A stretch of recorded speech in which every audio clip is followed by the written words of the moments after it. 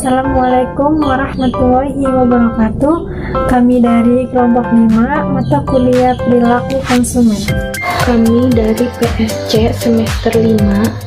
Dan kelompok kami akan membawakan materi mengenai proses belajar konsumen. Selamat menyaksikan teman-teman. Perkenalkan, nama saya Fanifa. Saya akan menerangkan pengertian proses belajar. Belajar adalah perubahan perilaku yang relatif permanen yang diakibatkan oleh pengalaman. Dari perspektif pemasaran, proses belajar konsumen dapat diartikan sebagai sebuah proses di mana seseorang memperoleh pengetahuan dan pengalaman pembelian dan konsumsi yang akan diterapkan pada perilaku yang terkait pada masa yang akan datang.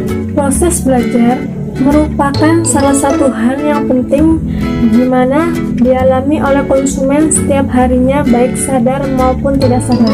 Proses belajar ini tidak hanya stimulasi oleh produsen, namun juga dapat dialami melalui pengalaman dalam mengkonsumsi suatu barang atau jasa. Pengalaman tersebut membuat seseorang konsumen dapat memutuskan apakah ia akan tetap mengonsumsi barang tersebut atau tidak. Unsur-unsur proses belajar itu ada 4. Yang pertama, motivasi. Daya dorong dari dalam diri konsumen untuk belajar yang muncul karena kebutuhan. Dan yang kedua, isyarat. Stimulasi yang mengarahkan motivasi. Isyarat akan mempengaruhi cara konsumen bereaksi terhadap suatu motivasi. Yang ketiga, respon. Reaksi konsumen terhadap isyarat. Yang keempat, pendorong dan penguat. Sesuatu yang meningkatkan kecenderungan seorang konsumen untuk berperilaku pada masa datang karena adanya isyarat atau stimulasi. Jenis-jenis proses belajar ada 2. Yang pertama, proses belajar kognitif. Proses belajar kognitif dicirikan oleh adanya perubahan pengetahuan yang menekankan kepada proses mental konsumen untuk mempelajari informasi.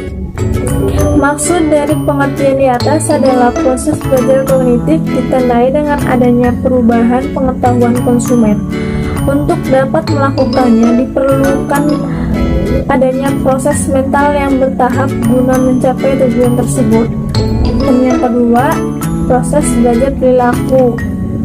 Proses belajar perilaku terjadi ketika konsumen bereaksi terhadap lingkungannya atau stimulasi luar. Pengalaman dan lingkungannya akan menyebabkan perubahan perilaku yang relatif permanen. Proses belajar perilaku dibagi menjadi 3. Yang pertama, proses belajar classical conditioning. Classical conditioning adalah suatu teori belajar yang mengutarakan bahwa makhluk hidup, baik manusia maupun binatang, adalah makhluk pasif yang bisa diajarkan perilaku tertentu melalui pengulangan. Yang kedua, proses belajar instrumental. Proses belajar instrumental adalah proses belajar konsumen yang dipengaruhi oleh adanya imbalan baik berupa reward ataupun denda atas apa yang telah ia konsumsi sebelumnya. Yang ketiga, yang terakhir, proses belajar vicarious learning. Proses belajar yang dilakukan konsumen ketika ia mengamati tindakan ataupun perilaku orang lain dan konsekuensi dari perilaku tersebut. Perkenalkan, nama saya Devana Deka Damayanti. Di sini saya akan menjelaskan tentang konsep operant conditioning. Yang pertama adalah penguatan. Penguatan yaitu suatu rangsangan yang meningkatkan peluang seorang untuk mengulangi perilaku yang pernah dilakukannya. Penguatan terdiri dari penguatan positif dan penguatan negatif. Penguatan positif adalah hal-hal positif yang diterima konsumen karena mengkonsumsi atau membeli suatu produk. Sedangkan penguatan negatif adalah hal-hal negatif atau sesuatu yang tidak menyenangkan yang akan dirasakan konsumen karena ia tidak mengkonsumsi atau membeli suatu produk atau jasa. Yang kedua adalah hukuman. Hukuman adalah hal-hal negatif atau hal yang tidak menyenangkan yang diterima konsumen karena dia melakukan sesuatu perbuatan. Hukuman tersebut akan mengurangi kecenderungan seorang konsumen untuk melakukan perbuatan itu lagi. Misal, pengemudi kendaraan melanggar lalu lintas dan dikenai denda. Yang ketiga, kepunahan. Kepunahan muncul ketika konsumen menganggap bahwa stimulus tidak dapat memberikan kepuasan yang diharapkan konsumen. Yang keempat, yaitu setting. Konsumen diarahkan untuk melakukan suatu perilaku sebelum dia biasa melakukan perilaku yang diharapkan produsen. Misalnya, mal-mal mendatangkan artis atau penyanyi untuk menarik pengunjung dengan tujuan akan membeli produk produsen.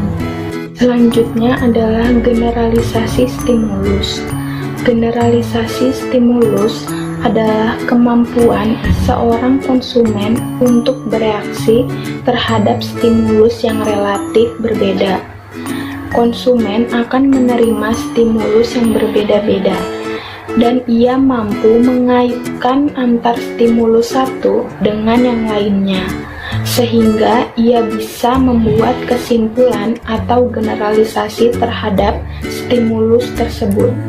Pemahaman generalisasi stimulus biasanya diterapkan dalam pemasaran untuk membuat merek dan konsumen, seperti 1. Perluasan lini produk. Prinsip generalisasi stimulus diterapkan oleh perusahaan dengan cara menambahkan produk baru yang terkait atau sejenis kepada produk lama dengan merek yang sudah ternama. Biasanya produk baru ini menggunakan merek yang sudah dipakai oleh produk lama yang sudah dikenal. Yang kedua adalah merek keluarga.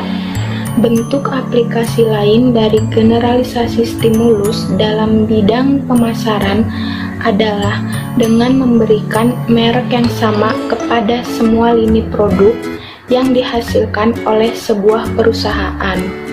Konsep ini berdasarkan kepada pandangan bahwa konsumen akan membuat asosiasi antara merek produk yang disukainya dengan produk lain atau baru yang menggunakan merek yang sama. 3. Retail private branding. Prinsip ini diterapkan oleh pengecer dengan memberikan merek toko kepada beberapa supplier yang belum memiliki nama dan merek untuk dijual. Yang keempat adalah mitu produk. Mitu produk adalah suatu konsep yang membuat kemasan mirip dengan kemasan produk pesaing. Satu merek mungkin menjadi pemimpin pasar, sedangkan lainnya adalah pengikut. Tujuannya adalah menyampaikan pesan bahwa produknya memiliki citra baik pula seperti produk dengan merek ternama. Selanjutnya adalah similar name. Similar name adalah suatu konsep yang membuat produk bukan saja diberi kemasan yang mirip satu sama lain, tetapi juga diberi merek yang mirip. Pemaparan materi selanjutnya yaitu mengenai diskriminasi stimulus. Diskriminasi stimulus ini merupakan lawan dari kata generalisasi stimulus. Pada diskriminasi stimulus ini, konsumen diharapkan bisa mengambil kesimpulan berbeda terhadap beberapa stimulus yang mirip satu dengan yang lainnya. Diskriminasi stimulus biasanya dipakai untuk melakukan positioning dan diferensiasi produk oleh pemimpin pasar atau produsen pada umumnya. Positioning ini merupakan suatu produk atau merek adalah citra atau image atau persepsi yang dimiliki konsumen terhadap produk tersebut. Selanjutnya yaitu perbedaan dari diskriminasi stimulus dan generalisasi stimulus. Pada generalisasi stimulus, konsumen diharapkan bisa mengambil kesimpulan yang sama dari berbagai stimulus yang relatif berbeda. Sedangkan diskriminasi stimulus, konsumen diharapkan bisa mengambil kesimpulan yang berbeda terhadap stimulus yang mirip satu dengan yang lainnya. Selanjutnya, pembahasan mengenai observasi learning, yaitu proses belajar yang dilakukan konsumen ketika ia mengamati tindakan dan perilaku orang lain dan konsekuensi dari perilaku tersebut. Misalnya, seseorang remaja yang mengamati model berpakaian artis idolanya. Observasi learning dan strategi pemasaran pada pemasar, terutama pembuat iklan, sangat menyadari pentingnya melibatkan model atau brand ambassador dalam iklan tersebut. Menurut Peter dan Olson menyebutkan 3 penggunaan observasi learning dalam strategi pemasaran, yaitu yang pertama ada mengembangkan respon baru. Model ini bisa digunakan untuk memperkenalkan berbagai penggunaan produk-produk baru yang selama ini belum terpikirkan oleh konsumen. Yang kedua ada mencegah respon yang tidak dikehendaki. Maksud dari mencegah respon yang tidak dikehendaki ini, para produsen menggunakannya untuk mencegah sewaktu-waktu terjadinya hal-hal yang tidak diinginkan. Seperti contoh, pada awal 2001, produk Ajinomoto dihebohkan dengan isu haram. Akibat berita tersebut, perusahaan sangat dirugikan penjualannya. Perusahaan menggunakan Deddy Mizwar sebagai brand ambassador untuk memperbaiki brand Ajinomoto tersebut. Dan yang ketiga ada memfasilitasi respon konsumen. Memfasilitasi respon konsumen ini mungkin telah mengenal produk dan bagaimana menggunakan produk-produk tersebut. Namun, konsumen belum tertarik untuk membeli dan menggunakan produk. Model ini bisa digunakan untuk memperagakan produk sehingga menjadi daya tarik konsumen untuk bisa meniru model tersebut.